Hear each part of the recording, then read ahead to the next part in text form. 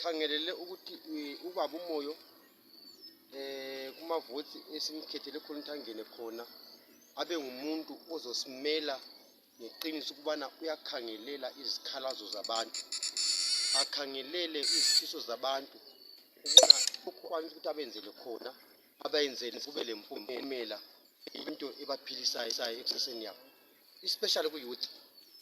Iyouth iningi lingananzelela ngabantu asebengani sebelelana inhliziyo ukuthi bona ungani impilo yabo iphansi kakhulu, ikati yibo abalekusasa enkulu. Iyouth siyayithazana isondele kakhulu eduzane ngoba nxa ilizwe lingasela youth akulanto eright.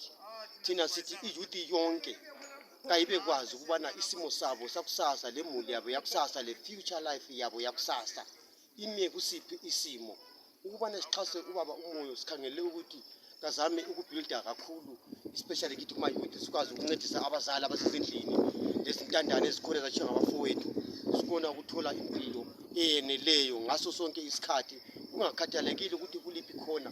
Siyakwazi kuma youth especially yithi okumele sibambe indima yethu ibe indima elera esibazi lesandla esiqinileyo.